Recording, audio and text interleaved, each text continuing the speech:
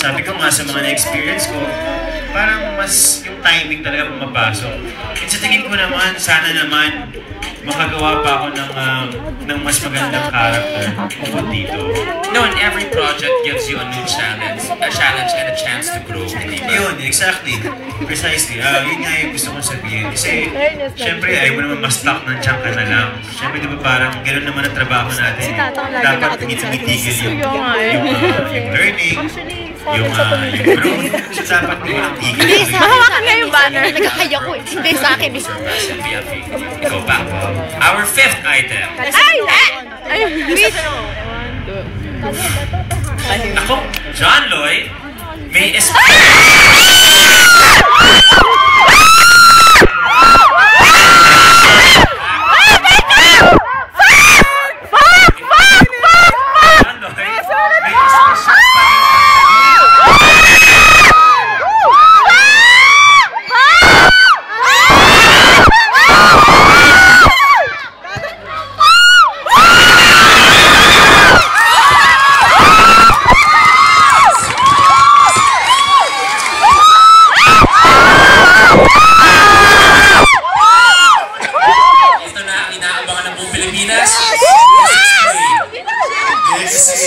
mawawala yung pagtingin mo sa isang tao, yung...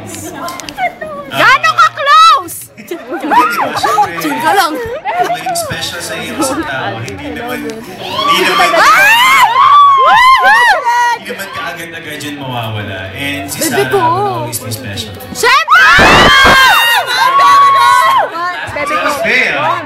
Yes, kagaya ni Bea, ganun din. And after doing this kagaya mo, you will always be special.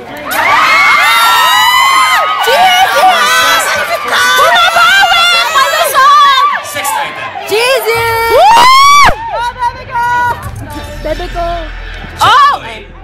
Na-threaten sa success ng team up ni Bea Alonzo kay Samuel.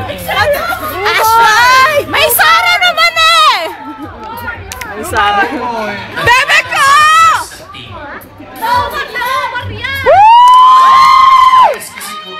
Kasi yan, hindi naman dahil sa hindi tayo na natakot or na... Kala ko mag-gusto mo. Grabe yung success ng Bea. Pero, bukod kasi doon, mas naging masaya ako for Bea. Mas naging... Okay, Sam na daw siya. Pelikula nila na napatunayan ni Bea na kahit kasama gumawa kami ng project na hindi kami magkasama, kaya niya rin maging successful. Hindi naman niya napatunayan. And ako talagang sinasabi ko sa lahat ng tao na very happy ako na sa success na naabot ng And I Love You So.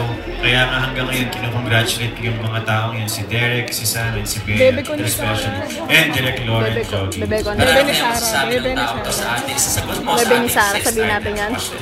Meron ba? Bebe ko! Ay, bebe ko! John Lloyd yan. Siya ang best actor sa generation na third year in a row na box officing. So, syempre, hindi siya na-threat. I love it. Ready? Quick message for Sam. Ay, naipit ko. Ang sweet mo. So, ano ako? Nasa taas si Sarah. Cheesy! Isa pa yan sa pagbibigay ng mga nice words, ng mga magagandang bagay, papuri sa kapwa niya artista. Talagang napaka-generous din niya. And talagang sabi ko nga,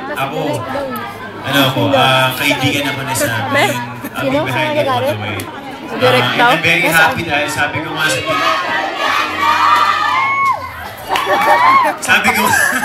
talagang napatunayan din ni Sam sa pelikulang to na okay lang, tapusin ko lang po yung sana to. Hindi naman din, okay lang din. Nagilang ko na to. Hindi, yun nga. So, thank you Sam. Maraming salamat. Yung mga tao kagaya mo naman, you have nice words to people like me. So, maraming salamat Sam. And, umalis yata siya eh, so I won't see him tomorrow. Cheesy! Yes, mga kapamilya, pati yung mga kapuso manonood. Maraming nag-aabang itong pelikulang to. Ito po ang muling pagbabalik ni Ate V sa big screen. After 5 years nakagawa na naman siya ng isang unforgettable movie sa pelikulang In My Life. Coming in September 16 to be exact.